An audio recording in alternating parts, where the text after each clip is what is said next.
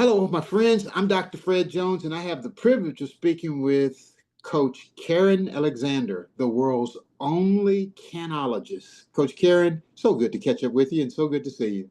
It's nice to see you too, Dr. Fred. You know, Coach Karen, I don't know if you know this or not, but that meeting in New Orleans in 2016 or 2017, which one was it? December of It 2016, was 2017. 2017, December 20, 2017. yes.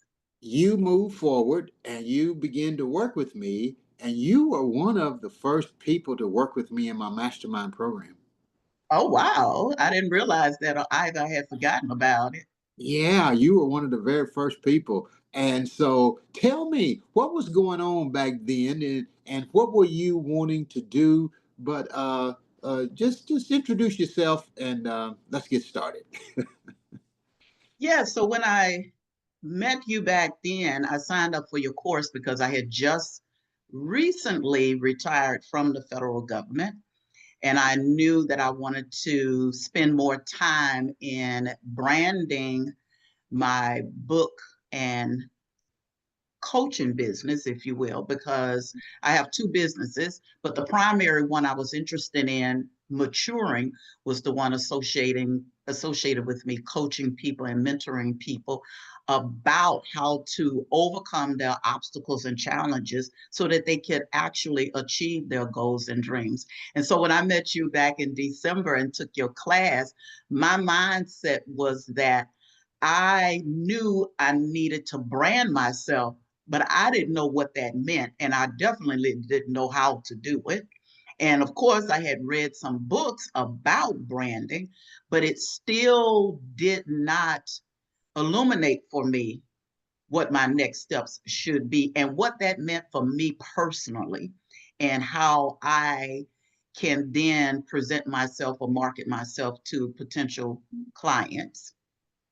All right, so what we're going to do, we're going to take a spaceship from 2017 to 2025. That's almost 10 years ago. Almost 10 years. That's 8 years ago. 2027, 2025, 6, 7, 8, 7 or 8 years ago. Now you just came back from Las Vegas or California from some big event. You've been recently honored. What did they honor you for? What was that all about?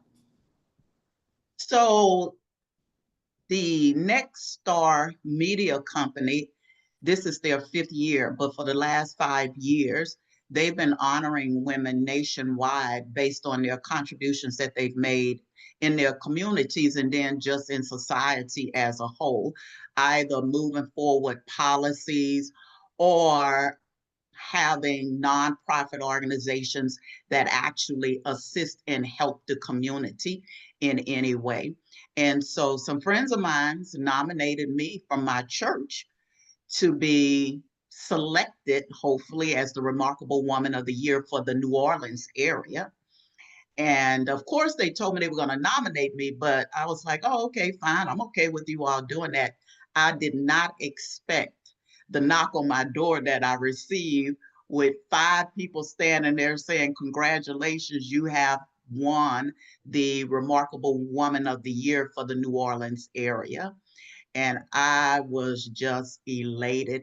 And when I spoke to the people at WGNO, which is the ABC channel here in New Orleans, they said the one thing, besides all of the, what I refer to as all of the accomplishments, all of the outer trappings of life that I was able to acquire, if you will, the education, my years of service in the federal government, the one thing that stood out for them was the Canologist, because I shared with them that as the world's only canologist, I teach people how to lift the limits in their life, how to stop imposing negativity over your life and speaking ill will in your life, transforming your mindset so that you can actually achieve your goals and dreams. And they were just really curious about what that looked like for people. And I was one of, they indicated to us that they had over 12,000 applications nationwide, and I was one of 125 women to be honored in Hollywood. And so it was a nice experience to join up with other women. And one thing that stood out with them as well is that being a canologist is not just something I pick up and do on a voluntary basis. It is my lifestyle. It is who I am. And I told them that I don't just talk about what I read and express to others the experience that other people have had. What I teach people and train people and show up for people is who I am on a daily basis. This is just how I live my life. And I know that it works. So if it works for me, God is no respecter of person. We only have one God and one spirit. One God, one spirit, and one way. If it works for me, it'll work for other people as well. And so they were attracted to that. And as such, I received the honor for the New Orleans area for 2025. And it's an honor that I'll carry the rest of my life as well. So it's not just 2025. It'll be with me forever. So going back to 2017, when you wanted to figure out how to brand yourself, and now looking back at this brand called Canology, how did you feel when you first heard that word? How did we come up with that? I don't know. We were sitting in a restaurant. You asked me a couple of questions. I don't even remember what the questions were. I answered the questions. This is after I had taken the class. So this was sometime in 2018. We met up in Alexandria, Louisiana for my first individual coaching session with you. And we were just having a conversation. He said, oh, and you said to me, oh, you're a canologist. And I just looked at you like, what? And it's just based on that first part of that word, which is CAN, can, having a can do mindset, standing flat footed and assured of who you are as an individual, and knowing that you say, I can move from the terms of I can't to using the terms I can and living out that type of lifestyle. And I've just been working with it ever since then. And I play with it for people with people because I'll tell them that I'm the world's only canologist. And I don't tell them what I teach or anything. People will just say, I've been Googling that. I can't find that anywhere. You truly are the world's only. They're like, is this something related to beer? A lot of people think it's related to being a beer manufacturer or something, or having some type of scientific input into making beer or wine or something. I'm like, nope, has nothing to do with that. So that branding, if you will, has helped draw the curiosity of people. And so the same thing just happened to me this past weekend, Dr. Fred. Really?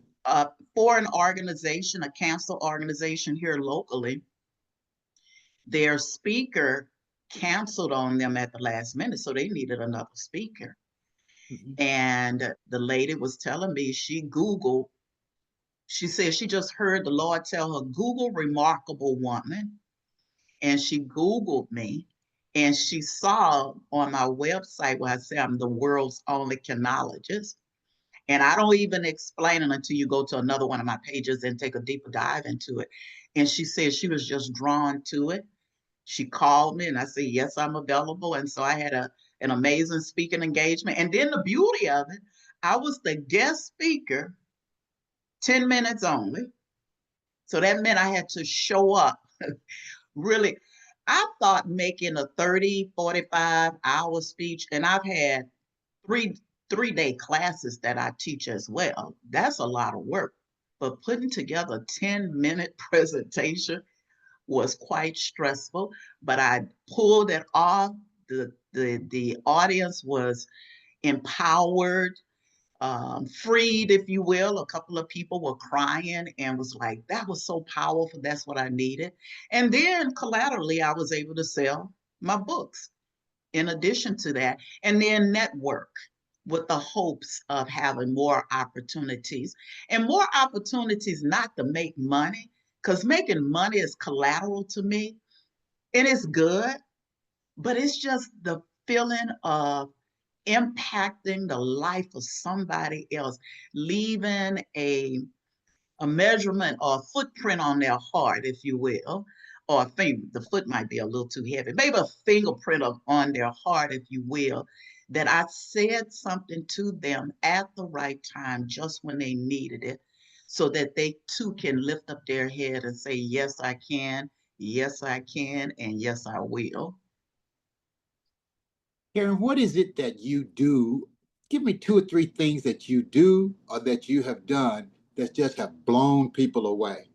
I mean, they just like, oh my God. Okay. Give me two or three things like that you have just caused people to sit back in their chair with on. It goes back to the basic abilities of life. Writing. One thing I would do when I worked, and I still practice it today, is that I always take the lead. I said, I know I'm the elephant in the room, so let me just get rid of it right quick. I would volunteer to be the note taker. I would be the one writing on the board. And people are like, you can write? Like, yeah, I mean, that's one of the fundamental things you need to be able to do in life. And so writing has really blown people away. I get it.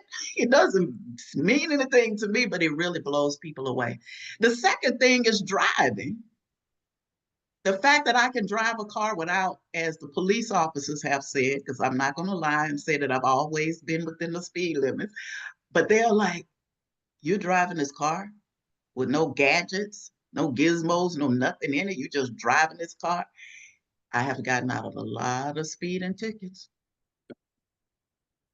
And so those two things really, if I had to go with two things, writing, driving, and then the third thing, people associate a physical disability, meaning that you also have a mental disability. And so the third thing, if I was to add a third thing, if you don't mind, Mhm, is sure. that of me being able to show up with some level of intelligence, with some level of knowledge and understanding, with some level of wisdom and compassion, sincerely interested in other people and being able to have a conversation with them and give them some advice or some guidance or some tips and tools to help them keep moving along life's journey. In this season of your life, what is it that you are doing now that's bringing you the most fulfillment? What's your assignment now? I think my assignment has been the same today as it was yesterday, and it'll be the same tomorrow, is living a lifestyle that demonstrates to people that you can always overcome your limitations, your obstacles, and your challenges to achieve your goals and dreams. And that I show up modeling that for them. And therefore, I teach a 1 hour course or a 3 day course, whatever they need in order to help them have that same level of experience. Because one thing I cannot do for people is teach them how to have confidence. I can't teach you how to have confidence in yourself. The only reason why I have confidence in myself is that I had to experience the challenges in life and I chose to come out of it, to go through it, and get to that next stage of my life. I chose to have a mindset. So I can teach you how to shift your mindset, but you have to go through your own experience and get to that other side. And so I let them know that that's how you build your confidence. That's how you build your trust too. And not trust in yourself, but really how you build your trust in God. You have to stand on that word and say, this word is going to get me out, it's going to get me through, and it's going to get me to where I need to be. Who do you give credit for your mindset? Who helped you? What, Oh, I what? give. Oh, I give. Oh, I'm sorry, Dr. Fred. I'll let you finish getting your No, question no, out. no, no. That was it. That was it. No, no, no. You good. You good. I give the credit to my parents. My parents, even at their young age, with children, they were young having children. Their parents introduced them to their Lord and Savior Jesus Christ. And by default, we came into this world introduced to our Lord and Savior Jesus Christ.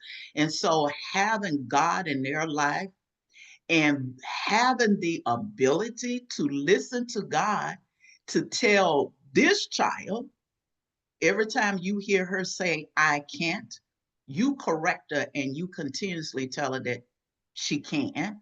And that's what they did. They remained faithful to that assignment. My dad was so brutal with it.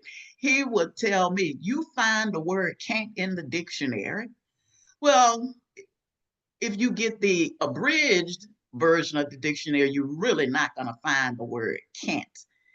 The unabridged, and I didn't have sense enough to know that there are two different dictionaries. You'll find it in the unabridged dictionary, but not the abridged. And I never was able to find it. I was able to spell it to him, but I never was able to find it in the dictionary to explain what it really meant. And he said, since you can't find it, you can't read it, then you can't use it. So they stuck to that assignment that was given to them by God. There's no such thing as can't. What are you doing these days when it comes to coaching and speaking? Are you training? I mean, I know you've done years of training. What's your sweet spot now? What are you doing, and who are you looking to help? So right now, I'm focused in 2025 on rebranding myself. I did, as coached by you, I am registered. My trademark Canology is registered, and um, all derivations of it is registered as well. And so I'm rebranding myself. So now Canology is throughout my website. I'm using it as relates to my social media presence, whether it's Instagram, Facebook, LinkedIn. I'm also marketing. I'm reassessing all of my marketing tools, such as my business cards. My first book, I have a new cover on my first book, and the cover even addresses me being the world's only canologist. And then I adjusted some of the internal wording within that book to indicate who I really am as an individual in terms of a one word or a single word describing who I am. And so that's what I've been working on in 2025. So I have a new, beautiful cover that actually has me on the front of it, but you can't see all of me. It's more of a silhouette of me standing within the right hand, and that right hand is the hand of God.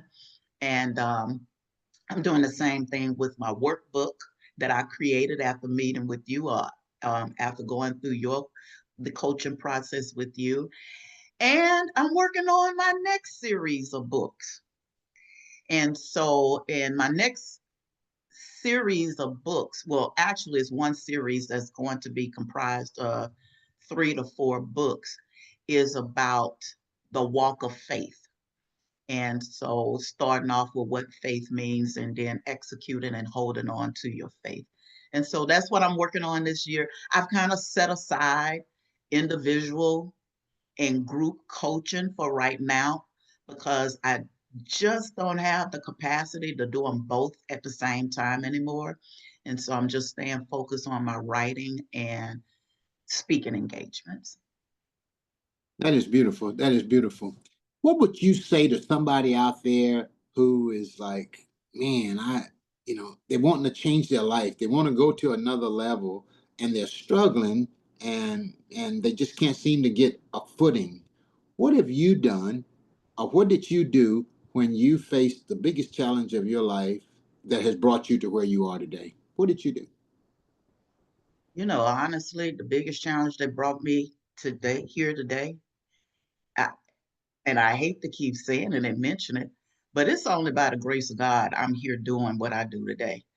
I faithfully at least try to read the word of God, not only for my individual life, so I stay close to him and hear what he has me to say to his own people, because who I'm teaching, who I'm leading, who I'm training are his people. So I have to stay close to him and connected to him to hear what he wants me to say to his people.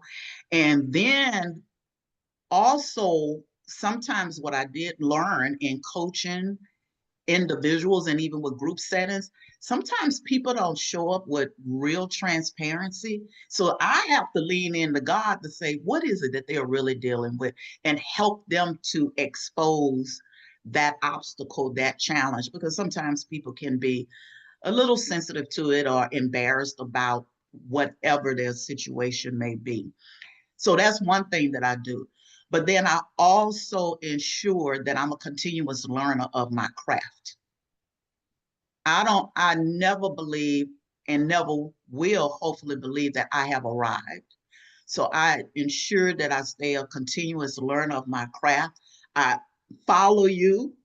I listen to your videos on YouTube or whatever you're putting out there. I'm reading everything, staying close to my coach, if you will, Yeah, so yeah. that I can stay in tune of what's going on, because policies tend to change, rules and regulations tend to change. And so I avail myself on the natural side to stay listening to those changes, stay listening to advice and to guidance, because I don't want to lean onto my own understanding. I need to lean onto those that God has attached me to, so that I can still show up improving and being my better self. That is phenomenal. That is phenomenal. I want you to take a little bit time here and talk to me about this ologist. What has this concept meant to you now, looking back, and now that you've come to the place where you are? How important is it for you to have been branded as the world's only? And what has that done for you? What's it doing in you? Talk to me about the importance of the ology. You know, ology is the study of, ologist is the one who's doing the study or the one who creates the study. So talk to me about this ology and this category of one, because you are a category of one, a competitor of no one. You're the only one. So talk to me about that. Okay, let me see if I can give you an answer for all five questions. Ah, I know you're not supposed to do that. I asked five. My bad, my bad. No, that's okay. And so it basically connects with what I just said. As the ologist, I have to be a continuous study of my own craft, so that I can show up being the best teacher to others. And what it aided me in doing is being intentional about how I write. I'm intentional because even in my presentations as a speaker, as I was this past Saturday, I'm more intentional about ensuring that I have at least one nugget. Since that was a 10-minute, when I had one nugget, I had time enough to impart into them one or two words that they can take away. But that means you have to really know how to present information to people. And so that ologist aspect of it was not so much for me on how I present to people, but me in terms of how I ensure I become a continuous learner of my own craft. And so I even study about how to present.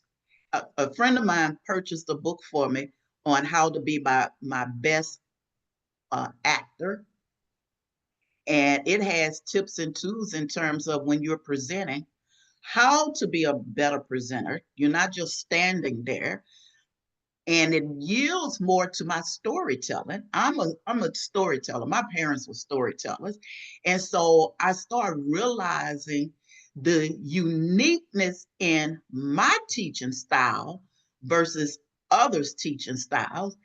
I can paint a picture and tell a story in ways that other people can't. And that's the oneness about me as a teacher.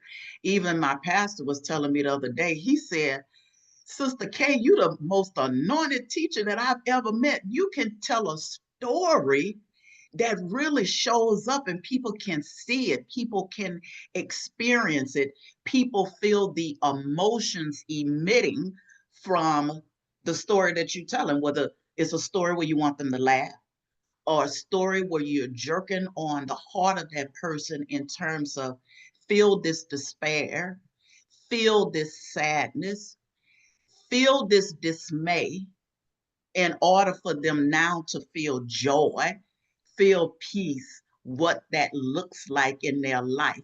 And so that when you branded me as such, I had to step back and start studying about how do I make this happen? How do I show up in my own unique way? And honestly, I've been enjoying it. I have to tell you, I have thoroughly enjoyed it because I see that uniqueness in me, and I don't see that in others. And so I know I can confidently stand and tell people I am the world's only. Wow, wow, wow. Coach Karen, that is beautiful. Well, I saw it in speaking with you. And when you told me what your dad said, you can, you can, you can. Don't use the word can't. It ain't in the dictionary. It's not in the dictionary. So when you told me that, I'm like, this lady is a canologist. She's a canologist. So I felt it. Anything that you want to share that you haven't shared? I suppose the one thing that I will share is, hmm,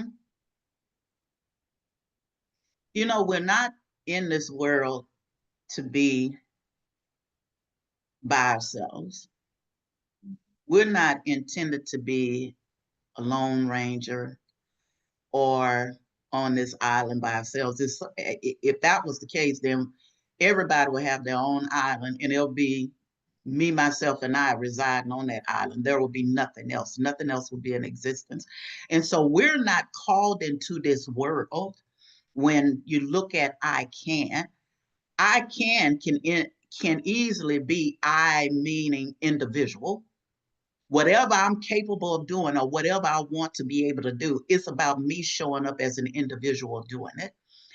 And that is one of the things that I dispel with people. I doesn't mean individual. I means developing an interdependency with other people that can assist you on your life's journey. Where I am today is not because I did it on my own. It's because I knew I needed a coach.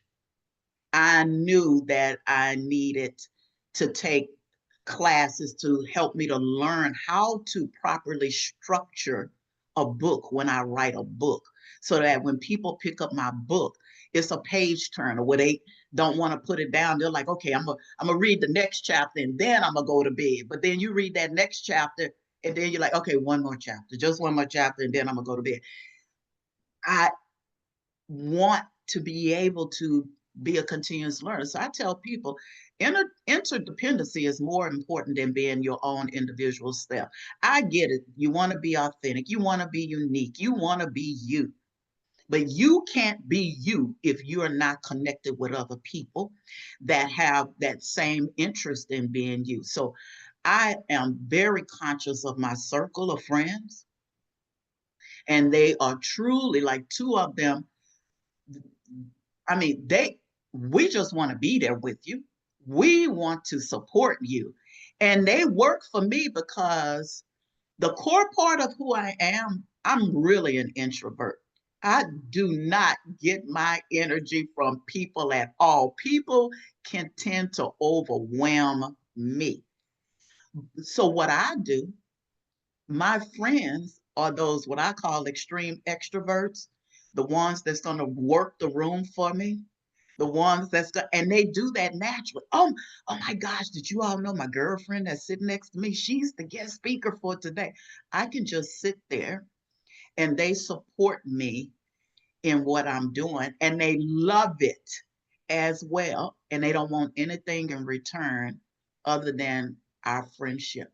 And so being conscious of the importance of having these valuable relationships and connections with others is what's going to help you to have a fulfilling life. You just can't do it by yourself.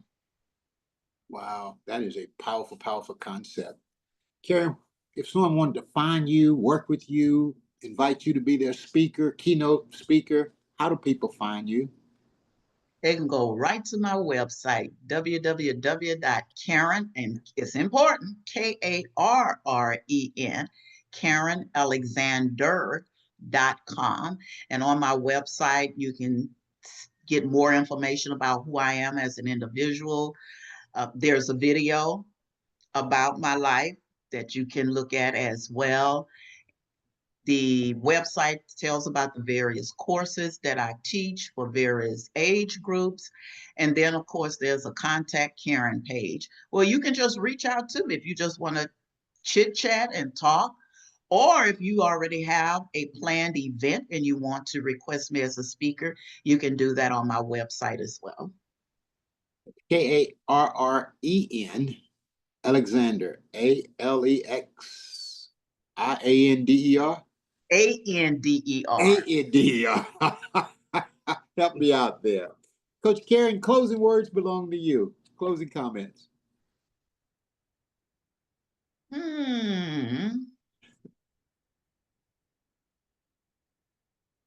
Here's a closing comment.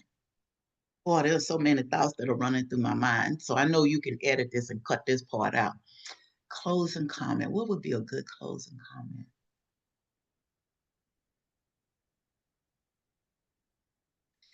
I don't know. I do the close.